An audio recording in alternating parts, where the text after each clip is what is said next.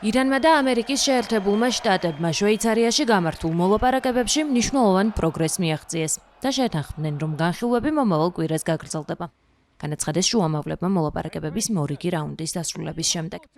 ამერიკის შეერთებული შტატების პრეზიდენტმა გასულ ხუთშაბათს თეირანს შეთანხმების მისაღწევად 15 დღე მისცა. თანაც ვაშინგტონის მიერ ახლო აღმოსავლეთში სერიოზული სამხედრო ძალის მობილიზების ფონზე, თუმცა მოლოდინი, რომ მოლაპარაკებები ხელშესახებ შედეგს მოიტანდა, არ არსებობდა. ირანის პოზიციაა, რომ მოლაპარაკებები მხოლოდ ბირთვულ პროგრამას უნდა შეეხოს, თუმცა შტატები საფრთხეთ თეირანის ბალისტიკური რაკეტების საკითხსაც მიიჩნევს. ვაშინგტონი მოითხოვს, რომ თეირანმა ბალისტიკური რაკეტების პროგრამა შეამციროს და რეგიონში შეიარაღებული ჯგუფების მხარდაჭერა შეწყვიტოს. ირანის საგარეო საქმეთა მინისტრმა აბას არაღჩიმ მოლაპარაკებების შემდეგ ირანის სახელმწიფო ტელევიზიას განუცხადა, რომ მხარეებმა ძალიან კარგ პროგრესს მიაღწიეს და რომ სერიოზული განხილვები დაიწყეს შეთანხმების ელემენტებზე, როგორც ბირთვულ საკითხებთან, ისე სანქციების მოხსნასთან დაკავშირებით.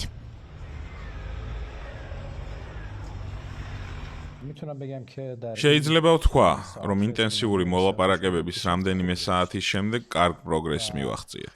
დავიწყეთ სერიოზული განხილვები შეთანხმების ელემენტებზე, როგორც ბირთვულ საკითხებთან, ისე სანქციების მოხსნასთან დაკავშირებით. შევთანხმდით, რომ ტექნიკური ჯგუფები ორშაბათს ვენაში, ატომური ენერგიის საერთაშორისო სააგენტოში ტექნიკურ სამუშაოებს დაიწყებენ. გადაწყდა, რომ მოლაპარაკებების შემდეგი რაუნდი მალე, შესაძლოა კვირაზე ნაკლებ დროში ჩატარდეს.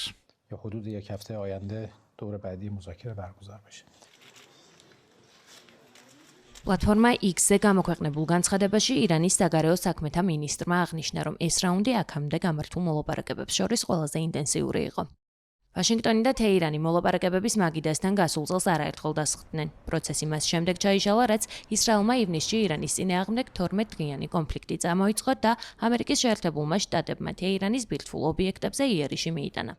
შედეგად ირანის ბირთვული პროგრამის დიდი ნაწილი განადგურდა, თუმცა ზიანის სრული მასშტაბი კვლავ გაურკვეველია. მოლაპარაკებებში ირანს აბას არაღჩი წარმოადგენდა. შეერთებული შტატების დელეგაციას დონალდ ტრამპის წარმომადგენლები სტივ ვიტკოფი და ჯარედ კუშნერი. დონალდ ტრამპი ითხოვს ირანმა ურანის გამდიდრება სრულად შეწყვიტოს, მკვეთრად შეამციროს შორი მოქმედების სარაკეტო შეიარაღების მოცულობა და ასევე შეწყვიტოს ახლო აღმოსავლეთში წარმოდგენილი შეიარაღებული ჯგუფების მხარდაჭერა. ირანი აცხადებს, რომ მხოლოდ ბირთვულ საკითხზე იმსჯელებს და ამტკიცებს, რომ მისი ბირთვული პროგრამა სრულად მშვიდობიან მიზნებს ემსახურება. სამშაბათს კონგრესისადმი ყოველწლიურ მიმართვაში ამერიკის შეერთებული შტატების პრეზიდენტმა კიდევ ერთხელ თქვა, რომ ირანი ბირთვული პროგრამის აღდგენას ცდილობს. მან განაცხადა, რომ ირანთან მიმართებით მისი პირველი არჩევანი დიპლომატია და მოლაპარაკებებია, თუმცა საჭიროების შემთხვევაში მიზნის მისაღწევად სამხედრო ძალის გამოყენებაზეც არ დაიხევს უკან.